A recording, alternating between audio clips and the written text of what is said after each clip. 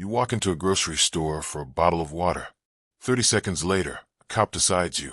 A black man in a Braves cap looks suspicious. One bad stop, one massive ego trip, and one flashed badge later. An entire 6-month federal investigation goes up in flames. 12 undercover agents, $2 million taxpayer dollars gone. And the officer's career? Obliterated before his ice cream could melt. This isn't just a story.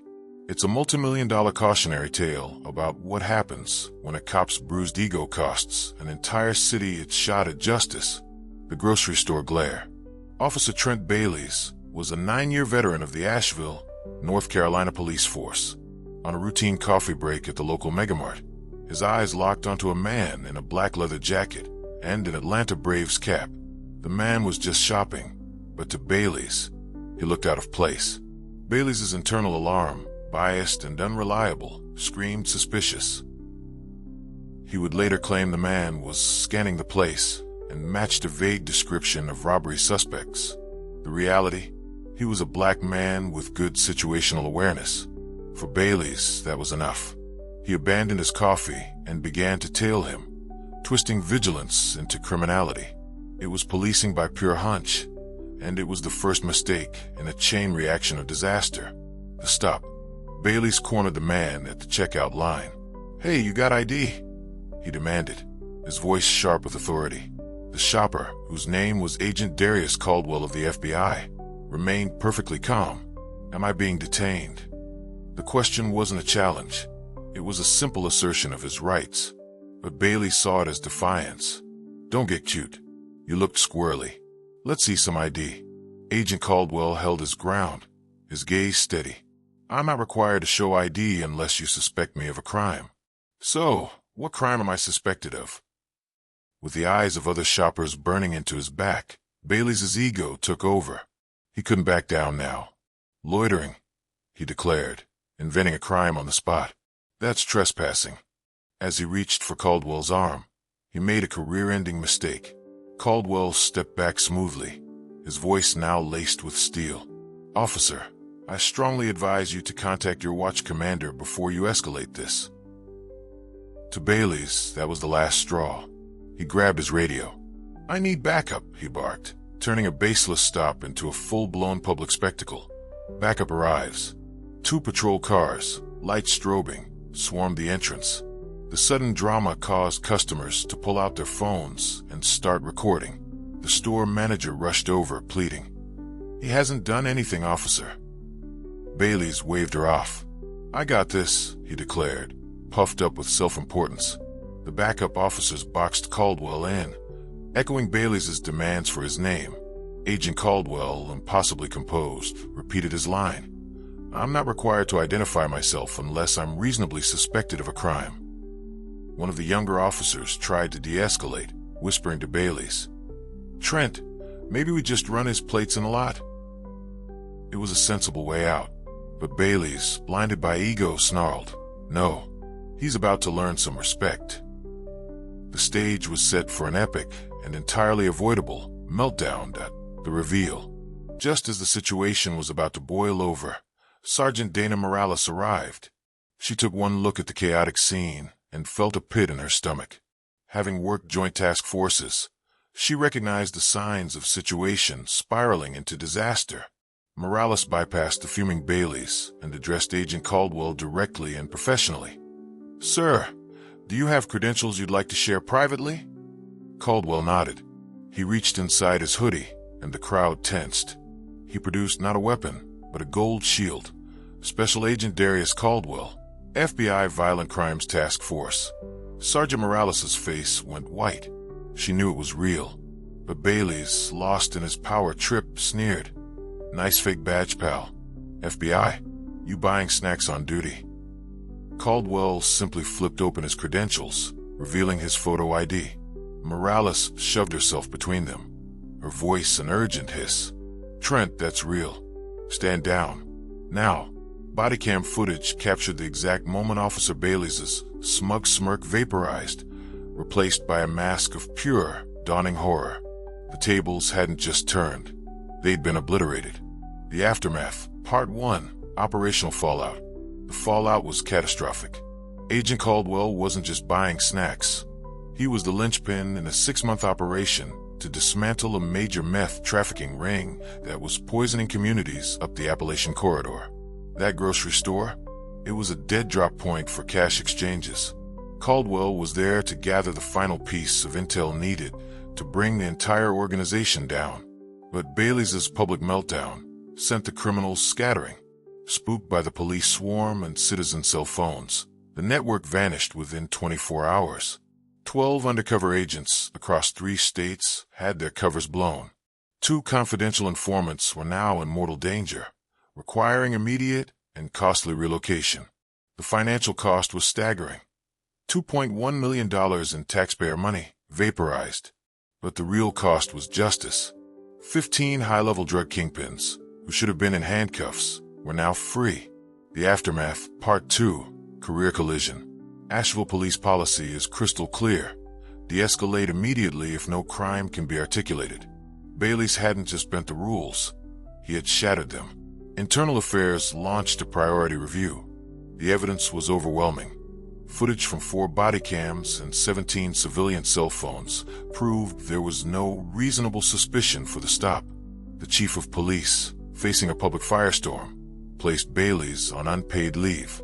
2 weeks later, Bailis resigned before he could be fired, a desperate move to save his police certification. His official reason was personal, a bland cover for a career in total ruins.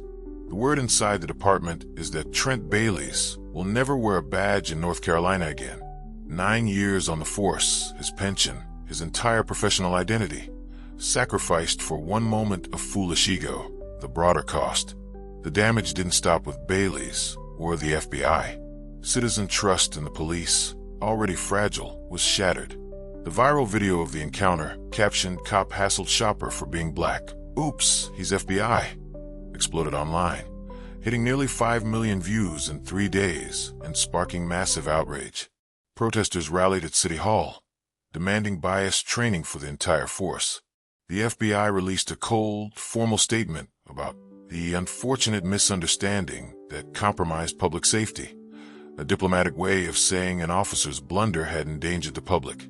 Every single Asheville officer was forced into a mandatory class on implicit bias, where the curriculum now features a slide titled The Aisle 4 Incident, a permanent reminder of the immense damage caused by one officer's prejudice. Expert take. According to Dr. Karen Ellison, a former federal prosecutor, local cops stopping federal undercovers happens, but it's usually handled with a quiet phone call and a discreet apology. This public meltdown, she explains, is what happens when ego completely obliterates protocol. It's a textbook example, she says, of how one officer's need to dominate can cost an entire region a crucial shot at dismantling a major pipeline of illegal drugs. Ellison notes that departments with clear federal liaison contacts slash these kinds of errors.